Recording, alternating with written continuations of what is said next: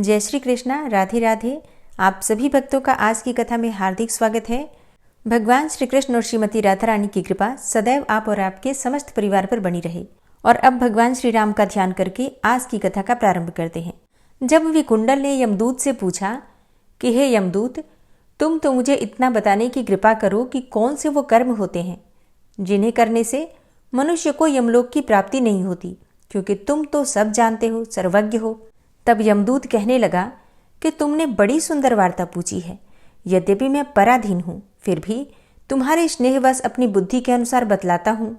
जो प्राणी काया, वाचा और मनसा से कभी दूसरों को दुख नहीं देते, वे यमलोक में नहीं जाते। हिंसा करने वाले वेद, यज्ञ, तप और दान से भी उत्तम गति को नहीं पाते। अहिंसा सबसे बड़ा धर्म है, क्योंकि अहिंसा को ही ऋषियों ने सबसे बड़ा धर्म, तप और दान बताया है। और जो मनुष्य जल या पृथ्वी पर रहने वाले जीवों को अपने भोजन के लिए मार देते हैं, वे कालसूत्र नामक नरक में पड़ते हैं और वहां पर अपना मांस खाते हैं और रक्त पीप पान करते हैं तथा पीप की कीच में उनको कीड़े काटते हैं। ऐसे मनुष्य हिंसक, जन्मांध, काने कुबड़े, लूले लंगड़े, दरिद्र और अंगहीन होते हैं।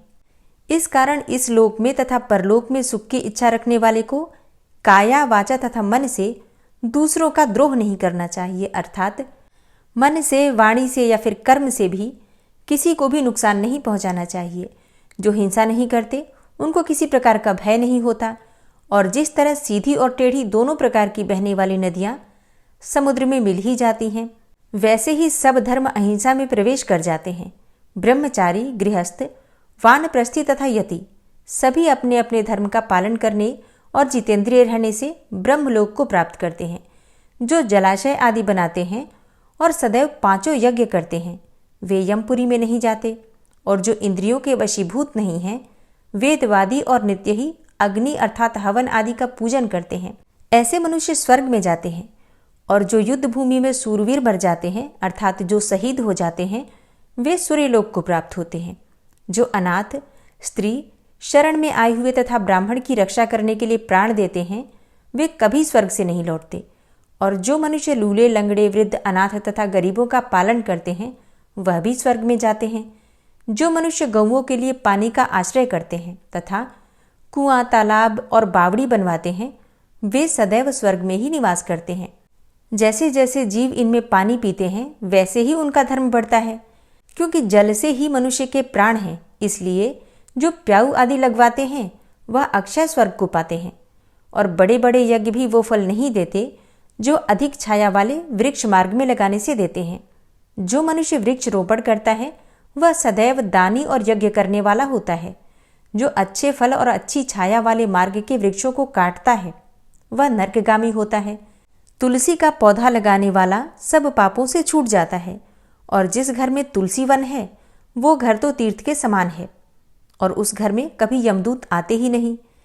तुलसी की सुगंध से पितरों का चित्त आनंदित हो जाता है और वे विमान में बैठकर विष्णुलोक को जाते हैं। नर्मदा नदी का दर्शन, गंगा का स्नान और तुलसी दल का स्पर्श, ये सब बराबर बराबर फल देने वाले हैं। हर एक द्वादशी को ब्रह्मा भी तुलसी का पूजन करते हैं। रत्न, सोना, फूल तथा मोती की माला के दान का इतना पुण्य नहीं जितना कि तुलसी की माला के दान का है। जो फल आम के 1000 और पीपल के 100 वृक्षों को लगाने से होता है, वह तुलसी के एक पौधे के लगाने से मिल जाता है। पुष्कर आदि तीर्थ, गंगा आदि नदी, वासुदेव आदि देवता सब ही तुलसी में वास करते हैं। जो मनुष्य 1 बार, 2 या 3 बार रेवा नदी से उत्पन्न शिव मूर्ति की पूजा करता है, अथवा स्फटिक रत्न के पत्थर से आप निकले हुए तीर्थ में, पर्वत में या फिर वन में रखी हुई शिव मूर्ति की पूजा करता है और सदैव ओम नमः शिवाय इस मंत्र का जाप करता है, यमलोक की कथा भी उसे नहीं सुनने को मिलती, अर्थात सीधा शिवलोक को प्राप्त होता है। प्रसंग, शत्रुता, अभिमान से शिव पूजा के समान पापों को नष्ट करने वाला तथा कीर्ति देने वाला तीनों लोकों में और कोई काम नहीं। जो मनुष्य शिवालय स्थापित करते हैं, वे शिवलोक में जाते हैं।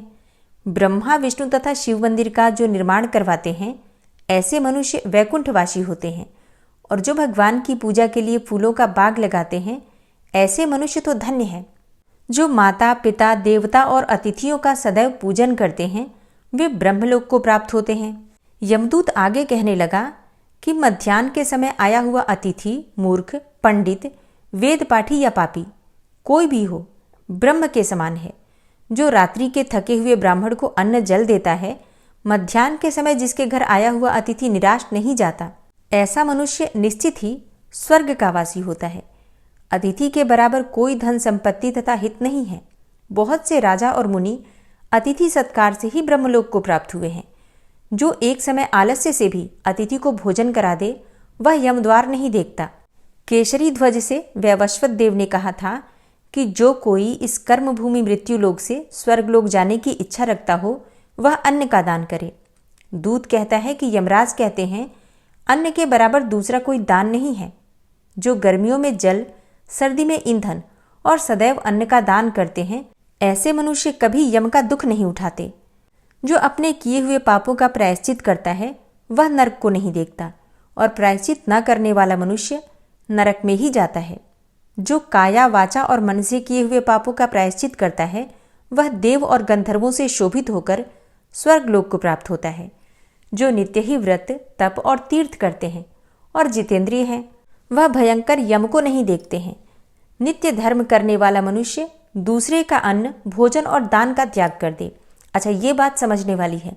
अगर आप बहुत ज़्यादा पूजा पाठ करते हैं, धार्मिक हैं, मतलब साधना करते हैं, मंत्रों का जप करते हैं, व्रत करते हैं, माघ मास का स्नान करते हैं, कार्तिक मास का स्नान करते हैं, मतलब अगर आप धर्म कर रहे हैं, पुण्य अर्जित कर रहे हैं, तो इस बात का भी ध्यान रखिए कि दूसरे का अन्न या फिर भोजन ग्रहण करना या फिर किसी से दान लेना, इससे हमारे किए गए जो पुण्य कर्म होते हैं क्षय हो जाते हैं, क्षीण हो जाते हैं, कम हो जाता है उनका प्रभाव। तो इसलिए इन बातों का भी विशेष रूप से ध्यान रखना चाहिए। अन्न का बड़ा प्रभाव पड़ता है। कहा जाता है ना, जैसा खाए अन्न वैसा होए मन। इसलिए हर किसी के यहाँ भोजन नहीं करना चाहिए। ये पद्म पुराण में वर्णित है, माघ मास महात्म्य में। तो इन बातों का हमें जरूर ध्यान रखना चाहिए। अगर हम बहुत ज़्यादा पुण्य कर्म संचित कर रहे हैं, अर्जित कर रहे हैं अपने लिए, तो प्रयास कीजिए, इन छोटी छोटी बातों पर भी ध्यान दीजिए। अब यमदूत आगे कहता है कि नित्य स्नान करने से बड़े बड़े पापों का भी नाश हो जाता है और यम को नहीं देखना पड़ता। बिना स्नान पवित्रता कैसे हो सकती है? जो मनुष्य पर्व के समय चलते जल में स्नान करते हैं, अर्थात किसी भी नदी या फिर सरोवर में स्नान करते हैं, तो ऐसे मनुष्यों को बुरी योनि नहीं मिलती और न ही वे नरक में जाते हैं। माघ मास में प्रातःकाल स्नान करने वाले मनुष्यों को नियम पूर्वक तिल, पात्र और तिल कमल का दान करना चाहिए। यमदूत कहते हैं कि हे विकुंडल, पृथ्वी, सोना और गौ आदि ये परम दान कहे गए हैं और इन्हें दान करने वाला मनुष्य कभी भी स्वर्ग से नहीं लौटता। बुद्धिमान मनुष्य पुण्यतिथियों, व्यतिपात, संक्रांति आदि को थोड़ा सा दान करके भी बुरी गति को नहीं प्राप्त होता। सत्यवादी, मौन रहने वाला, मीठा बोलने वाला, क्षमाशील, नीतिवान, किसी की निंदा न करने वाला, सब प्राणियों पर दया करने वाला, पराये धन को तृण के समान समझने वाला, ऐसा मनुष्य भी कभी नरक को नहीं भोगता। यमदूत आगे कहता है कि हे वैश्य, एक बार भी गंगा जी में स्नान करने से मनुष्य सब पापों से छूटकर अत्यंत शुद्ध हो जाता है, और जो मनुष्य गंगा जी को दूसरे तीर्थों के समान समझता है, वह तो अवश्य ही नरक में जाता है। भगवान श्री हरि विष्णु के चरणों से उत्पन्न हुई गंगा जी, उनके पवित्र जल को श्री शिवजी धारण करते हैं अपने मस्तक पर, और वो ब्रह्मा जी जो संदेह रहित, प्रकृति से अलग और निर्गुण हैं, ब्रह्मांड में उसकी समानता किससे हो सकती है? गंगा जी का नाम हजारों योजन दूर से ही लेने वाला नरक में नहीं जाता। इसलिए मनुष्य को अवश्यमेव गंगा जी में स्नान करना चाहिए। हे वैश्य, जो ब्राह्मण दान लेने का अधिकारी होकर भी दान नहीं लेता, वह आकाश के नक्षत्रों में चंद्रमा के समान है। जो कीचड़ से गौ को निकालता है, जो रोगी की रक्षा करता है, या फिर जो गौशाला में मरता है, वह आकाश में तारा होता है। प्राणायाम करने वाले मनुष्य सदैव उत्तम गति को प्राप्त होते हैं। प्रातः के समय स्नान के पश्चात जो 16 प्राणायाम करते हैं, वह घोर पापों से बच जाते हैं। जो पराई स्त्री को माता के समान मानते हैं, वह यम की यातना को नहीं भोगते। जो मन से कभी पर स्त्री का चिंतन नहीं करता, वह दोनों लोगों को अपने अधीन करता है। जो पराये धन को मिट्टी के समान समझता है, वह स्वर्ग में जाता है। जिसने क्रोध को जीत लिया, मानो उसने स्वर्ग को ही जीत लिया।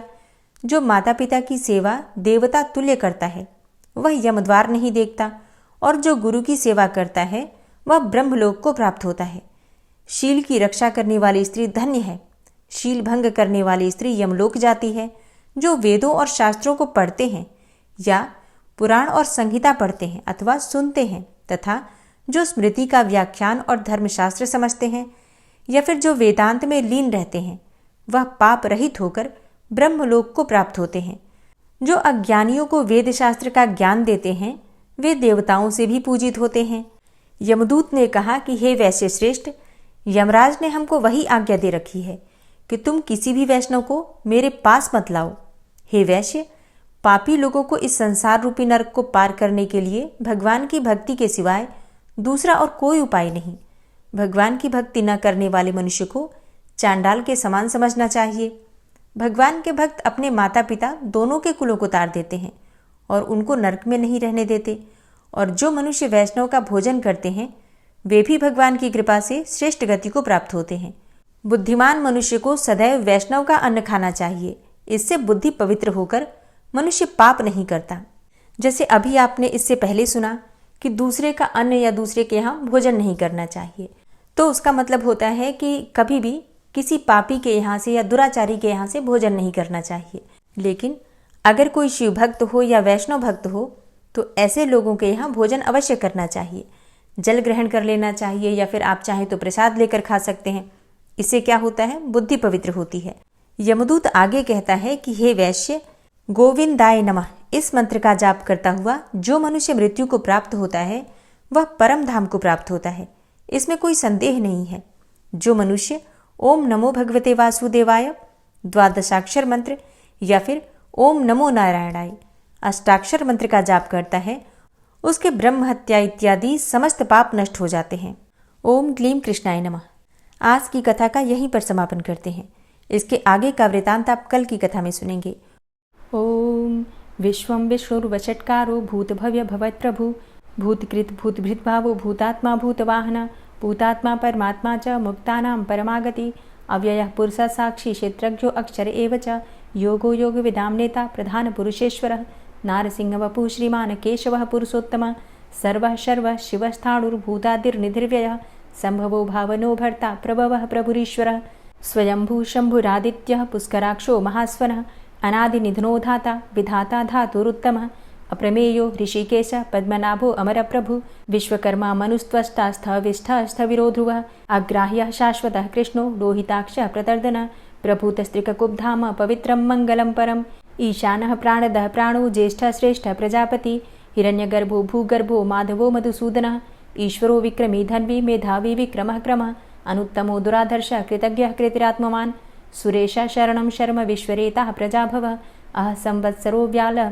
प्रत्ययः सर्वदर्शनः अजः सर्वेश्वरः सिद्धः सिद्धे सर्वादिर्च्युतः वृषाकपिर्मेयात्मा सर्वयोगविनिश्रितः वसुर्वसुमनः सत्यः समात्मा संमितः समः अमोघः पुण्डरीकाक्षो वृषकर्मा वृषाकृतिः रुद्रो बहुशिरा बभ्रुर्विश्वयोनिः शुचिश्रवः अमृतः शाश्वतस्थाणुर्वरारोहो महातपः सर्वगः सर्वविद्भानुर्विश्वक्सेनो जनार्दनः वेदो वेदविद्व्यङ्गो वेदाङ्गो वेदवित्कविः लोकाध्यक्षः सुराध्यक्षो धर्माध्यक्षः कृताकृतः चतुरात्मा चतुर्व्यूहश्चतुर्द्रष्टश्चतुर्भुजः भ्राजिष्णुर्भोजनं भोक्ता सहिष्णुर्जगदाति च अनघो विजयो जेता विश्वयोनिः पुनर्वसु उपेन्द्रो वामनः प्रांशुर्मोघः शुचिरुर्जितः अतीन्द्रः संग्रहः सर्गो धृतात्मा नियमो यमः वेद्यो वैद्यः सदा योगी वीरः माधवो मधु अतीन्द्रियो महामायो महोत्साहो महाबलः महाबुद्धिर्महावीर्यो महाशक्तिर्महाद्युतिः अनिर्देश्य वपुः श्रीमान् मेयात्मा महाधृतिर् महिश्वासो महीभर्ता श्रीनिवासः सतां गति अनिरुद्ध सुरानन्दो गोविन्दो गोविन्दाम्पति मरीचिर्दमनो हंस सुपर्णो भुजगोत्तम हिरण्यनाभ सुतपा पद्मनाभ प्रजापति अमृत्यु सर्वदिक्सिंह संधाता संधिमानस्थिर अजो दूर्मर्षणः शास्ता विश्रुतात्मा सुरारिः गुरुर्गुर्तमो धाम सत्य सत्यपराक्रम निमिषो अनिमिषो श्रग्वी वाचस्पतिरुदारधि अग्रणिर्ग्रामणी श्रीमान् न्यायो नेता समीरण सहस्रमूर्धा विश्वात्मा सहस्राक्ष सहस्रपात् आवर्तनो निवृत्तात्मा संवृतः संप्रमर्दन अह संवर्तको वहनिर्निलोधरणीधरः सुप्रसादः प्रसन्नात्मा विश्वदृग् विशुभुग् विभु सत्कर्ता सत्कृतः साधु जहर्नुर्नारायणो नरः असंख्येयो अप्रमेयात्मा विशिष्ट शिष्टकृच्छुवि सिद्धार्थ सिद्धसंकल्प सिद्धिदः सिद्धिसाधनः वृषाहि वृषभो विष्णुर्विष्पर्वा वृषोदरः वर्धनो वर्धमानश्च विविक्तः श्रुतिसागरः सुभुजो दूर्धरो वाग्मी महेन्द्रो वसुदो वसु नैकरूपो बृहद्रूप शिपिविष्टः प्रकाशनः ओजस्तेजो द्युतिधर प्रकाशात्मा प्रतापनः रिद्धस्पष्टाक्षरो मन्त्रश्चन्द्रांशुर्भास्करद्युतिः अमृतांशुद्भवो भानु शशबिन्दुः सुरेश्वरः औषधं जगतः सेतु सत्यधर्मपराक्रमः भूतभव्य भवन्नाथ पवनः पावनो नलः कामः कामकृत्कान्तः कामः कामप्रदः प्रभु युगादिकृत युगावर्तो नैकमायो महाशनः अदृश्यो अव्यक्तरूपश्च सहस्रजितनन्तजित् इष्टो अविशिष्ट शिष्टेष्ट शिखण्डी नहुसो वृष क्रोधः क्रोधकृत्कर्ता विश्वबाहुर्महीधरः अच्युतः प्रतितः प्राणः प्राणदो वासवानुजः अपां निधिर्धिष्ठानं प्रमत्तः प्रतिष्ठितः स्कन्दः स्कन्दधरो धूर्यो वरदो वायुवाहनः वासुदेवो बृहद्भानुरादिदेवः पुरन्दरः अशोकस्तारणस्तारः शूरः सौरिर्जनेश्वरः अनुकूलः शतावर्त पद्मी पद्मनिभीक्षणः पद्मनाभो अरविन्दाक्ष पद्मगर्भ शरीरभृत् महर्धिरिद्धो वृद्धात्मा महाक्षो गरुडाध्वजः अतुलः शरभो भीमो समयज्ञो हविर्हरि सर्वलक्षणलक्षण्यो लक्ष्मीवान् समितिञ्जयः वीक्षरो रोहितो मार्गो हेतुर्दामोदरः सः महीधरो महाभागो वेगवान् मिताशनः उद्भवः क्षोभणो देवः श्रीगर्भः परमेश्वरः करणं कारणं कर्ता विकर्ता गहनो गुहः व्यवसायो व्यवस्थान संस्थान स्थानदो ध्रुवः परर्थी परमस्पस्तुष्टः पुष्टः सुभेक्षणः रामो विरामो विरजो मार्गो नेयो नयोनयः वीरः शक्तिमतां श्रेष्ठो धर्मो धर्मविदुत्तमः वैकुण्ठः पुरुषः प्राणः प्राणदः प्रणवः पृथुः हिरण्यगर्भः शत्रुघ्नो व्याप्तो वायुरुधोक्षजः ऋतुः सुदर्शनः कालः परमेष्ठी परिग्रहः उग्रः संवत्सरो दक्षो विश्रामो विश्वदक्षिणः विस्तारस्थावरस्थाणु प्रमाणं बीजमव्ययम् अर्थो अनर्थो महाकोशो महाभोगो महाधनः अनिर्विण्णः स्थविष्टोऽभू धर्मयुपो महामख नक्षत्रनेमिर्नक्षत्री क्षमा चामः समीहनः यज्ञ इज्यो महेज्यश्च क्रतुः सत्रं सतां गतिः सर्वदर्शी विमुक्तात्मा सर्वज्ञो ज्ञानमुत्तमं सुव्रतः सुमुखः सुष्मा सुघोषः सुखदः सुहृतः मनोहरो जित्क्रोधो वीरबाहुर्विदारणः स्वापनः स्ववसो व्यापी नैकात्मा नैककर्मकृत् वत्सरो वत्सलो वत्सी रत्नगर्भो धनेश्वरः धर्मगुप्त धर्मकृद्धर्मी सदसक्षरमक्षरम् अविज्ञाता सहस्रांशुर्विधाता कृतलक्षणः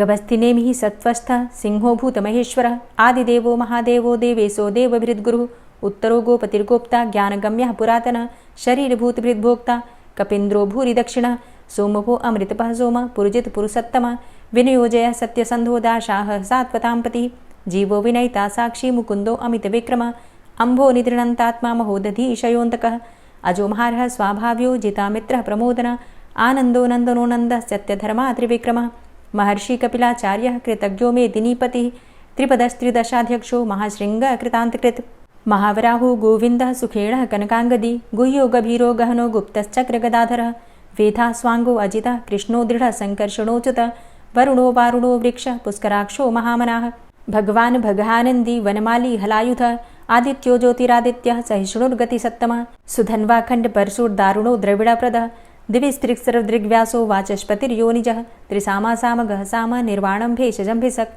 सन्न्यासकृच्छमः शान्तो निष्ठा शान्तिः परायणं शुभाङ्गः शान्तिदस्रष्टा कुमुदः कुवलेशयः गोहितो गोपतिर्गोप्ता वृषभाक्षो वृषाप्रियः अनिवर्ति निवृतात्मा संक्षेप्ता चेमकृच्छिवः श्रीवत्सवक्षा श्रीवास श्रीपति श्रीमताम्बरः श्रीधर श्रीश श्रीनिवास श्रीनिधि श्रीविभावन श्रीधर श्रीकर श्रेय श्रीमान् लोकत्रयाश्रयः स्वक्ष स्वङ्ग शतानन्दो नन्दिर्ज्योतिर्गणेश्वरः विजितात्मा विधेयात्मा सत्कीर्तिश्छिन्न संशयः उदीर्णः सर्वतक्षशुर्निशः शाश्वतः स्थिरः भूषयो भूषणो भूतिर्विशोकः शोकनाशनः अर्चिष्मानर्चितः कुम्भो विशुद्धात्मा विशोधनः अनिरुद्धो अप्रतिरथ प्रद्युम्नो अमितविक्रमः कालिनेमि निहावीर शौरी शूरजनेश्वरः त्रिलोकात्मा त्रिलोकेशः केशवः केशिहारी कामदेवः कामपालः कामीकान्तः कृतागमः अनिर्देशवपुर्विष्णोर्वीरो अनन्तो धनञ्जयः ब्रह्मण्यो ब्रह्मकृद्ब्रह्मा ब्रह्म ब्रह्म विवर्धनः ब्रह्मविद् ब्राह्मणे ब्रह्मी ब्रह्मज्ञो ब्राह्मणप्रियः महाक्रमो महाकर्मा महातेजा महोरगः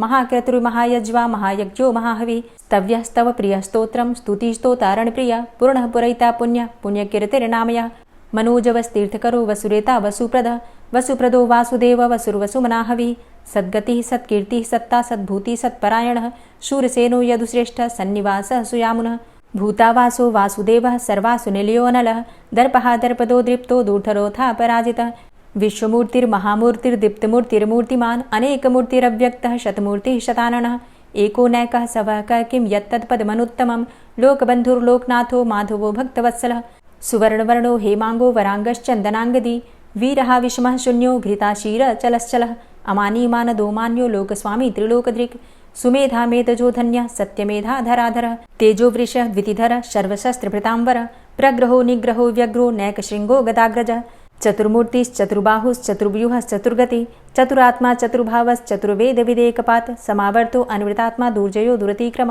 दुर्लभो दुर्गमो दुर्गो दुरावासो दुरारिहा शुभांगो लोक सारंग सुतंतुस्तंतुवर्धन इंद्रकर्मा महाकर्मा कृतकर्मा कृतागम उद्भव सुंदर सुंदो रत्ननाभ सुलोचन अर्को वाजसन श्रृंगी जयंत सर्वविजयी सुवर्णबिंदु रक्षोभ्य सर्वभागीश्वरेश्वर महाह्रदो महागर्तो महाभूतो महानिधि कुमुदः कुंदरः कुंदः पर्जन्यः पावनो नीलः अमृताशो अमृतवपुः सर्वज्ञः सर्वतोमुख सुलभः सुव्रतः सिद्धः शत्रुजित् शत्रुतापनः न्यग्रोधो दुम्बरो अस्वस्थश्चाणुरान्ध्रनिषूदनः सहस्रार्चिः सप्तजिह्वः सप्तैधा सप्तवाहनः अमूर्तिरणघो अचिन्त्यो भयकृद्भयनाशनः अणुर्बृहत् कृशस्थूलो गुणभृन्निर्गुणो महान् अधृतः स्वधृतः स्वास्य प्राग्वंशो वंशवर्धनः भारभृतिकथितो योगी योगी स सर्वकामद आश्रमश्रमण क्षाम सुपर्णो वायुवाहन धनुर्धरोर्धनुर्वेदो दण्डोदमयितादम अपराजितः सर्वसहो नियन्ता नियमो यमः सत्त्ववान् सात्विकः सत्य सत्यधर्मपरायण अभिप्रायः प्रियार्होर्ह प्रियकृत्प्रीतिवर्धनः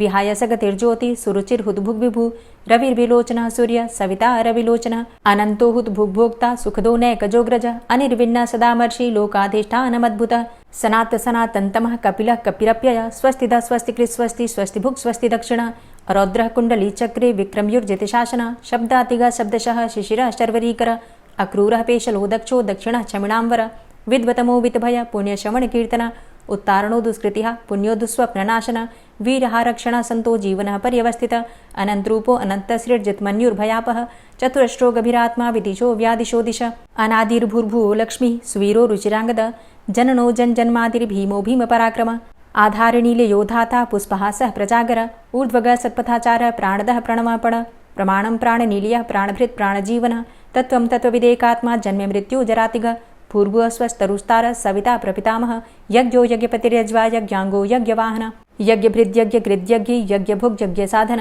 यज्ञान्तकृद्यज्ञ गुह्यमन्यमन्नादेव च आत्मयोनिः स्वयं जातो वैखानः सामगायन देवकी नन्दन स्रष्टा क्षितिसः पापनाशन शङ्खभृन्नन्दकी चक्री शारङ्गधन्वा गदाधरः रथाङ्गपाणिरक्षोभ्य सर्वप्रहरणायुध ओम नमः इति।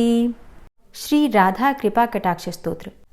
मुनीन्द्रवृन्दवन्दिते त्रिलोकशोकहारिणि प्रसन्नवक्त्रपङ्कजे निकुञ्जभूविलासिनी व्रजेन्द्रभानुनन्दिनी व्रजेन्द्रसूनुसङ्गते कदा करिष्यसि मां कृपाकटाक्षभाजनम् अशोकवृक्षवल्लरी वितानमण्डपस्थिते प्रवालबालपल्लव प्रभारुणान्ध्रिकोमले वराभयस्फुरत्करे प्रभूतसम्पदालये कदा करिष्यसि मां कृपाकटाक्षभाजनम् अनङ्गरङ्गमङ्गलं प्रसङ्गभङ्गुरं भ्रुवां सविभ्रमं ससम्भ्रमं दृगन्तबाणपातने निरन्तरं वशीकृत प्रतीतनन्दनन्दने कदा करिष्यसि मां कृपाकटाक्षभाजनम्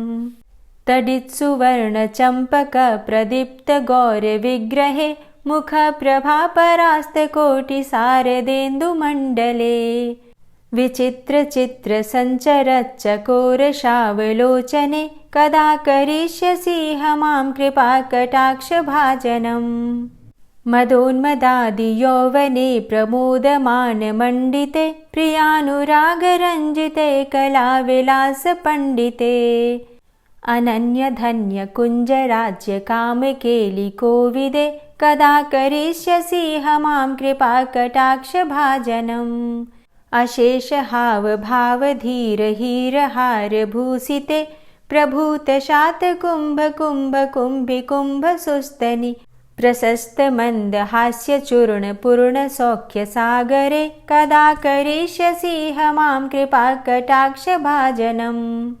मृणालवालवल्लरी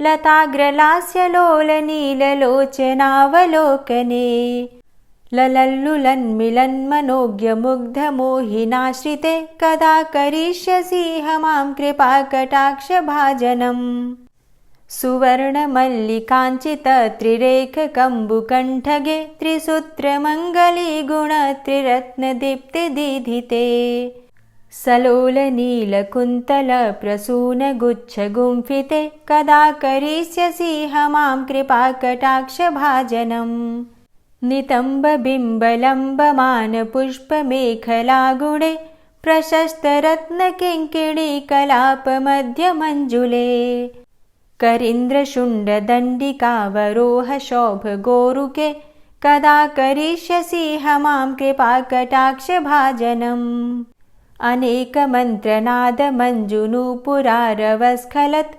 समाजराजहंसवंश निक्वडाति गौरवे विलोलहेमवल्लरी विडम्बिचारुचङ्क्रमे कदा करिष्यसि मां कृपाकटाक्षभाजनम् अनन्तकोटिविष्णुलोकनम्रपद्मजार्चिते हिमाद्रिजापुलोमजा विरिञ्चिजावरप्रदे अपारसिद्धिरिद्धिदिग्धसत्पदाङ्गुलीनखे कदा करिष्यसि मां कृपाकटाक्षभाजनम् मखेश्वरी क्रियेश्वरी स्वधेश्वरी सुरेश्वरी त्रिवेदभारतीश्वरी प्रमाणशासनेश्वरी रमेश्वरी क्षमेश्वरी प्रमोदकाननेश्वरी व्रजेश्वरी व्रजाधिपे श्रीराधिके नमोऽस्तुते इतीममद्भुतं स्तवं निशम्य भानुनन्दिनी करोतु सन्ततं जनं कृपाकटाक्षभाजनम्